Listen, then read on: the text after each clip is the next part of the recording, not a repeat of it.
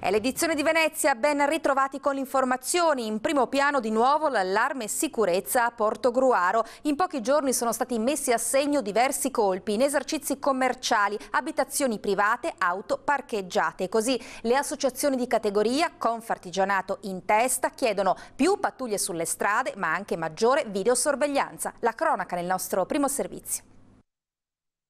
Grido d'allarme della Confartigianato del Portogruarese. Con le altre associazioni di categoria da tempo la zona è bersaglio della criminalità. Prese di mira oltre alle abitazioni private anche le attività commerciali, comprese macellai e parrucchieri. Computer con dentro il programma, quindi quella, diciamo, quello è la cosa peggiore.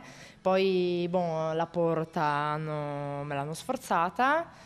E la macchinetta, un paio di prodotti, un po' di materiale. È un fenomeno che si è inasprito in questo ultimo periodo e preoccupa noi, la nostra associazione, insieme con quelle dei commercianti, perché oltre a colpire le nostre famiglie, nelle nostre abitazioni, ultimamente hanno preso di mira molto le attività produttive. Le bande che razziano il territorio non conoscono orari, incuranti della vicina presenza delle caserme di carabinieri e polizia. Forzano porte e serrande e portano via tutto quello che c'è da rubare. La stessa sera ho saputo che sono andati anche qua vicino dal calzolaio, da altre, hanno fatto macchine anche. Le associazioni chiedono un incontro con le autorità cittadine per individuare una strategia che possa mettere un freno alle scorribande. Ci vuole più presenza delle forze dell'ordine in strada, nelle aziende, che girino e che si facciano vedere, e sono sicuro che questo è il miglior deterrente che potremmo chiedere. Forze dell'ordine che però per primi si dichiarano impotenti, come ci racconta una delle vittime delle razzie. Loro hanno detto che comunque anche se le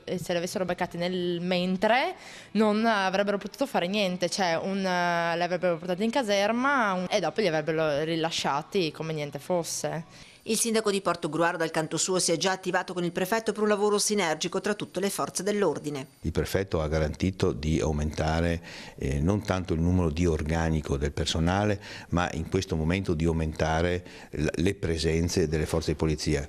I tempi sono cambiati, dice, la crisi economica dà spazio anche al delinquere ed invita la popolazione a seguire alcune piccole regole. Invitare le persone anziane a non uscire con troppi soldi, non essere leggeri quando si abbandona la casa e avere quelle attenzioni di chiudere la casa, le porte, insomma avere tutta una serie di precauzioni. Intanto a marzo è previsto un nuovo vertice, probabilmente anche con il questore, per fare un nuovo punto della situazione.